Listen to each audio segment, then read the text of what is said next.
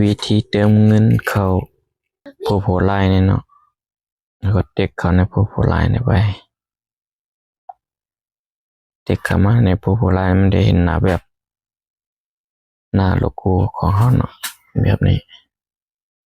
เด็กเข้าไปเนี่ยวันเติมเงินในเป็นวันถอนเงินเนาะ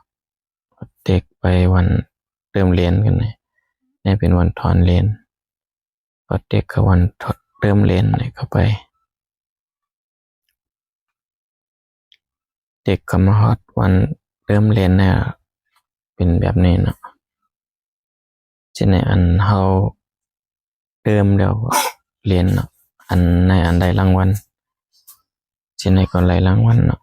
ในก็ไหลรางวัล200 เหรียญเนาะในก็รางวัล5 เหรียญเนาะสมมุติเติมเหรียญเฮาก็เด็กเข้าวันเติมเหรียญเด็กเข้าวันเติมเหรียญแล้วที่เติมเท่าไหร่เติมนั้นก็เติม$99.20เนี่ย$10เนี่ยเนาะก็มีแต่เลือกเอาเนาะ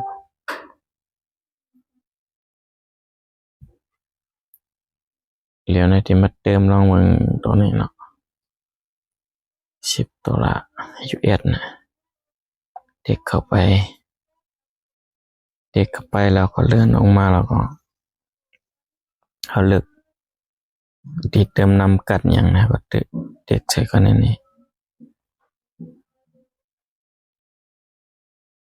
ที่เติมกับอันมอสตากัดเนาะแล้วก็เด็กเขาตัวนี้เข้าไปก็แล้วถ้าออกมาแบบนี้ก็สำเร็จเนาะเติมสำเร็จเราก็ออกคมไปแล้วก็กันมาเข้าใหม่ก็เห็นกันเด็กเข้าไปวันโพไลน์เนี่ยเด็กเข้ามาในโพไลน์เนี่ยเราก็กันออกมานานในเราก็เอากันเด็กเข้าไปวันไหนเนาะ